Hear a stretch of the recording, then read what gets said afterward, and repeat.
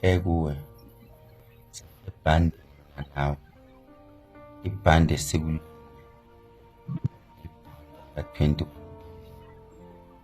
akuphela 21 days usaphethe sho ukuthi umuntu sisawazi iqalile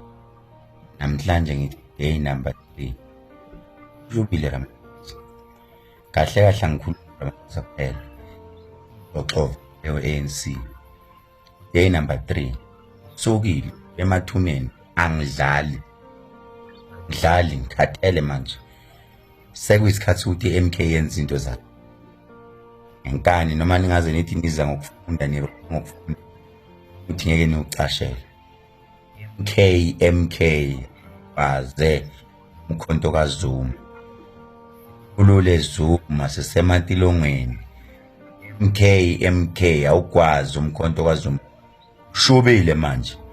sithulile manje sisena amacampaign akusena dila ngomuthi nje straight yashaya ngumuthi ke manje abana macala awavuke abake bakhwabanisa ifraud akuvuke ake babribe akuvuke yonke into akwaboshwa into yakhe yangayabe ngeenyawo isinyama sonke asilandele uANC sinyama sonke